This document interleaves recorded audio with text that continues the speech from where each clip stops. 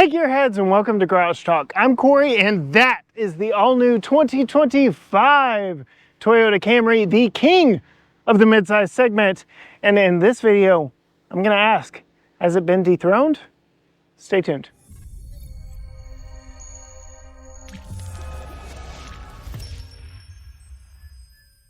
Yes, gearheads, I am on a speed date with this, the newest in the midsize sedan category and the king of the midsize sedan category, the new 2025 Toyota Camry.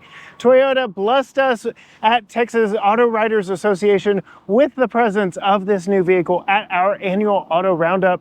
So I am actually driving this immediately following its competition from Hyundai in the Sonata Hybrid Limited. But since I have the hood open, let's talk about what powers this thing. All Camrys for 2025 are hybrids. That's right. Where Honda went a little more conservative, they expected 50% of their new Accords to be hybrids. Camry said, we're going all hybrid, just like we did with Sienna, just like we did with Venza before killing off the Venza. May she rest in peace. It uses a 2.5 liter four-cylinder engine mated to the next generation of the Toyota hybrid system. It has electronic all-wheel drive here on this XSE all-wheel drive. It makes 232 horsepower with 4 different drive modes: Sport, Normal, Eco, and EV. So very much looking forward to getting this thing out on the road and seeing how it performs, because as of right now, I've only driven it from the hill up there. I don't know how many of you are hardcore into your Toyota lore, especially your Camry lore, but yes, this vehicle is a subtle refresh, subtle update visually versus the model it replaces. I think Toyota was smart to go a little more conservative with how drastic the changes would be for this 2025 model, but I can see a lot of Toyota Prius in the design here. The Prius was unveiled a couple years ago to critical acclaim, and now Toyota is bringing that design, that style here to the Camry. The Camry is one of the brand's best sellers here stateside, so yes, no surprise. Everybody loved the Prius. Bring that same design, those headlights and the grille, everything up front that very much mimics that very successful, very beautiful Prius. Again, I just drove the Hyundai Sonata. I think it is a little more subtle, a little more grown-up design. This has a little more youthful, athletic design to it. So this will definitely, I believe, attract a younger buyer than the Sonata I drove previously, and we'll get into that here really in just a moment, talking about wheels and tires. Much like the Sonata, we've got some air pass-through right here. It's not as pronounced as what we saw on the Hyundai. And then we've got a fairly decent sized grille here, but yes, there are some fake bits up here. Not as egregious as the last generation Avalon. That thing just took it to a whole nother level. As we get around to the side, you will see a lot of similarity to the 2024 Camry. In overall shape, profile, and design. But my absolute favorite thing about this vehicle that I keep talking about every time I look at it are the wheels. So that Hyundai Sonata definitely had, boring's a harsh word, but when compared to these wheels, they were boring wheels. The Hyundai opted for more aerodynamic wheels, whereas on this XSE, which is their sporty trim, Toyota went much more aggressive and sporty. Really, really love these wheel designs. And they're wrapped in some fairly low profile Bridgestone Turanza tires. You can see here we are 235/40 R19, so 2 inches bigger, more aggressively styled, less focused on aerodynamics, and it works. Not to say that Toyota isn't concerned about aerodynamics. We've got that. We've got some vortex generators all the way around on this vehicle, but my goodness, those wheels, they aren't aerodynamic, but they are gorgeous. Similar profile to the outgoing Camry. Not a lot has changed. Subtle updates here and there. And then as we move around to the back, very similar design to the lighting signature as what we saw up front. Kind of those C-channel lamps. I don't love filming black cars because they work as a mirror. Hi, can you see me? waving, there we go. But yes, generally a very sinister look here in black. Can see we've got the all-wheel drive, which the Hyundai did not offer, and the new Beyond Zero badge XSE, because yes, we're in the sporty trim, but blacked out Camry. Curious why they didn't black out everything. Getting into the trunk is kind of interesting. There's like a hole and a latch right there. It's not the most obvious, and unlike the Sonata, this is not a power open close trunk, but it is a very wide opening trunk. You can see Toyota really makes the most of the space back here. We do have this nifty hook and lever to get to all of your spare tire and jack and equipment there, so we still get a spare even here on this fuel conscious hybrid model. You can see that hook's on there, so you can get underneath there. Very nice, lots of room. Much like on the Hyundai, we've got these levers here. That's pretty much standard across the industry in this segment to fold that 60/40 split bench seat down.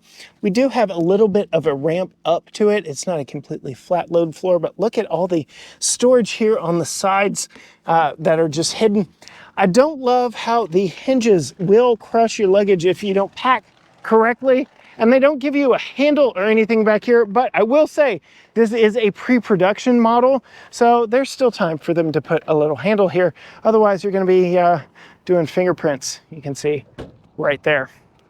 Closing the trunk, we can take a look. We've got dual exit exhaust over here, nothing on that side. Interesting, on the XSE, which is supposed to be the sporty trim, sporty model, you would expect maybe a quad exhaust, but no dice here. Go ahead and roll the window up as we're about to climb inside. They are express. I don't know why I held it. And then very interesting leather work here on the door panel. Lots of very nice padded areas to touch and to look at. But you can see it's perforated leather. We've got some blue on the perforations. Nowhere is that more evident than here in the sunlight, especially here on the seat bottom. You can see all the blue. So even though, yes, this is a black interior on a black car, if you look very closely, there's some unique subtleties to the leatherwork here with all that blue, which I rather like. We have power seats here, two-way lumbar. I don't see any memory settings on this one. So the Hyundai Sonata did have memory seat settings on their hybrid limited version of that Sonata. Coming inside, full digital gauge cluster, full digital screen here. A little less integrated look than what Hyundai is offering, but more traditional in that it's an inside gauge cluster there. Bunch of controls here, including a camera for your surround view monitor. I don't like on Toyota products when you push the button, it doesn't really do a lot for me. You can't control the speed or where it's looking. But if you put it in reverse, then you get a good view of the camera, a good bird's eye. And then because we do have 360 cameras, we'll go ahead and put it in drive. And then we'll push the button. And now you can see we've got a nice view all the way around us, including trajectory of where we are intending to go with the current direction of our steering wheel. Typical buttons here on the steering wheel. This does have Toyota Safety Sense 3.0, so I do have eyeballs looking back at me, making sure I'm paying attention. You can also see indicators when I'm on the brake up here, so that's nice. Very nice infotainment system. Qi wireless charger here, a little bit of storage, it's all rubberized. 2 USB-Cs, a USB-A interface for Apple CarPlay and Android Auto. I do believe this also has wireless, but very interesting still to see USB-As in a vehicle with a 5 in the model year, 2025. Still the asymmetrical design in here, but a little more toned down. Lots of gloss black plastic, not my favorite, but not terrible. Very unique, different design in the midsize segment.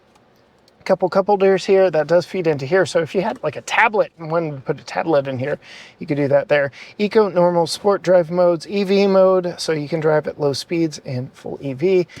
Mechanical gear selector for the transmission, really like that a lot. And then a very nice material all the way around in this XSE, so really like that. Here coming to me at 5'10", with the panoramic roof, plenty of headroom, no complaints here for me. We'll go ahead, make sure we are unlocked, and we're going to climb around, go to the back seat, see what the back seat is like sitting behind myself at 5'10". I will say, again, this is pre-production. The doors feel very light, but also sound very light when you close them. I got a more solid thunk from the Hyundai Sonata. So again, differences in a vehicle I literally just got out of. Please go check that video out. You'll want to see it. Another thing Hyundai Sonata offered were sunshades built in to the rear doors. Again, that was the top limited. This is an XSE trim. Both vehicles are within $2,000 of each other. So very close.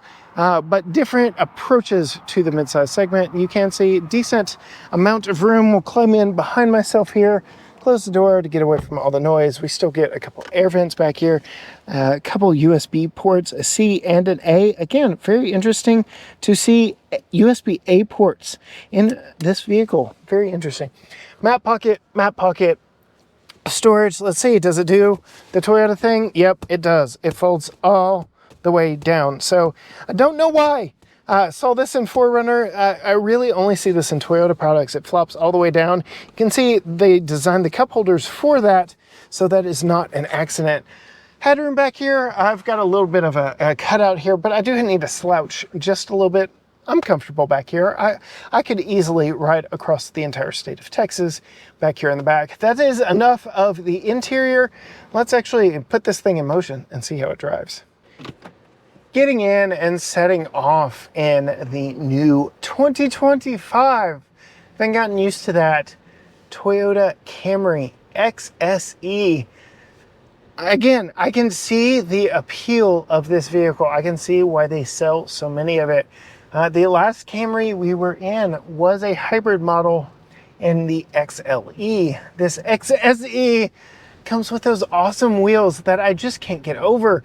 They look so good and really set this vehicle apart. That with the black paint, the sporty styling, I'm very much a fan of the presence this vehicle brings with it when you show up on the scene. Those wheels definitely show the intention of the designers and engineers on this vehicle.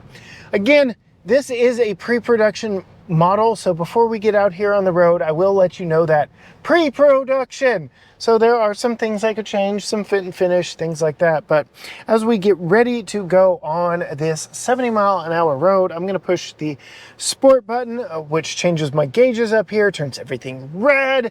I already hear the engine running, so we're going to set off and see what this all-wheel drive can do. All right. Not bad. It's not dramatic, but it will move you forward with some gusto. I am impressed. That is decent amount of power for something in this segment. I really do like the all-wheel drive aspect of it, so that you aren't relying totally on those front wheels to do all of the work, especially with everybody being so conscious of all-wheel drive traction lately. I get a lot of comments from people interested in vehicles, but dropping off when they're front-wheel drive only. So all-wheel drive appears to be a very popular thing for shoppers nowadays. As I'm driving this, I can talk about the fact we have a head-up display that tells me a lot of things. It tells me my driver assistance, my current speed, the posted speed, the fact that I'm in drive right now. So lots of information right there on the windshield in front of me. And then, I mean, it's not a sports car. The wheels a little oversell the performance of this one, but man, yeah, I like it. It works very well. It's not raucous or noisy from under the hood. I can hear the engine. I can hear everything going on. It's not a big loud V8 that I grew up idolizing, but it is a nice, comfortable family sedan. The noise in here is very well isolating from all of the wind outside. There is so much wind. I don't know if you were watching my hair earlier. It is very windy outside here in North Texas at the Texas Auto Riders Texas Auto Roundup. So we've got a lot of creators out here making content. Go check out the hashtags in this video. See what other stuff other creators have been doing while we're out here. But otherwise, really like this. Toyota Safety Sense 3.0. I've got those eyeballs watching me, but I know that the vehicle is going to take care of me in situations where they might not be ideal. We'll just leave it at that. Heated and ventilated seats work. And my favorite thing about the ventilated seats, they remember. So whoever drove this before me had ventilated seats on, and I am blessed by that fact. They are still on. So really like that a lot. Very comfortable. The steering isn't heavy, though it is heavier than the Sonata. I keep bringing up the Sonata. I just got out of it. Literally hopped out of it, got into this. So two very compelling options in the midsize segment. And back to that question I asked at the very beginning of this vehicle, has the King been dethroned? No, I don't think so. People are still going to buy Toyotas who have bought Toyotas. It is a very faithful base of buyers out there that I've always had a Toyota, so I'm going to buy another Toyota. I see the appeal of it. This is a very nice, modern, up-to-date vehicle that is fuel efficient and rather powerful. Some things that this has that the Sonata doesn't. All-wheel drive, very nice touch there. USB-A ports, love them or hate them. We've got two in this one. So there are things like that. The interior is a little dark. No, there aren't sunshades back in the back windows, at least not on my XSE. There are some things that, you know, pick your flavor, see what you like. But I really absolutely am thrilled that there are still investment in the midsize sedan segment, and that brands like Toyota, Honda, and Hyundai and Kia are still investing in midsize sedans, because there's just a lot to like about this form factor and the efficiency, both on the price side of things and the fuel side of things, that a midsize sedan offers you, that a comparable crossover is gonna slowly eat away at your wallet.